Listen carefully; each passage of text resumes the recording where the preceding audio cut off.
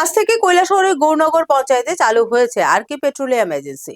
Petroleum এজেন্সির আনুষ্ঠানিক উদ্বোধন করেন সমাজ কল্যাণ এবং সমাজ শিক্ষা দপ্তরের মন্ত্রী টিঙ্কু রায়। আজ কৈলাসহরের গৌরনগর পঞ্চায়েত এর অধীনে ন্যাশনাল হাইওয়ে রাস্তার পাশে আরকে পেট্রোলিয়াম এজেন্সি এর উদ্বোধন করা হয়েছে।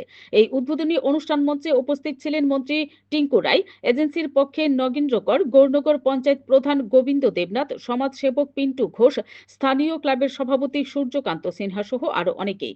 এরপর মন্ত্রীর হাত দিয়ে ফিতা কেটে ও বাইকে তেল ভরে আরকে পেট্রোলিয়াম এজেন্সি এর পথ চলা শুরু হয়। Bureau report, BTV Tripura news. যারা আমরা স্থানীয় জনপ্রতিনিধি যারা আছি বা এখানকার সমাজসেবক যারা আছে, আমাদেরও লক্ষ্য যারা ব্যবসায়ীরা অন্যত্র থেকে এসে ব্যবসা খোলেন বা ব্যবসা চালান তাদেরকে সহযোগিতা করা, তাদের ব্যবসা যেন এগিয়ে যায় আমাদেরও প্রয়াস। আর এই রাজ্যে বর্তমান সময়ে আপনারা যদি দেখুন একটা বিজনেসের পরিবেশ তৈরি হয়েছে।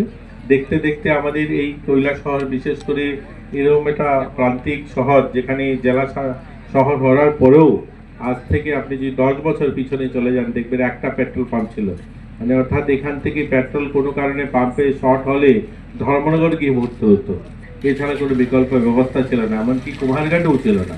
আর দেখতে দেখতে কিন্তু এই 10 বছরের মাথায় অসংখ্য অগণিত পাম্প তৈরি হয়েছে। এটা আমরা রিয়েলাইজ করছি কিনা জানি না, কিন্তু অসংখ্য অগণিত বাড়িতে সামনে আমরা পাচ্ছি।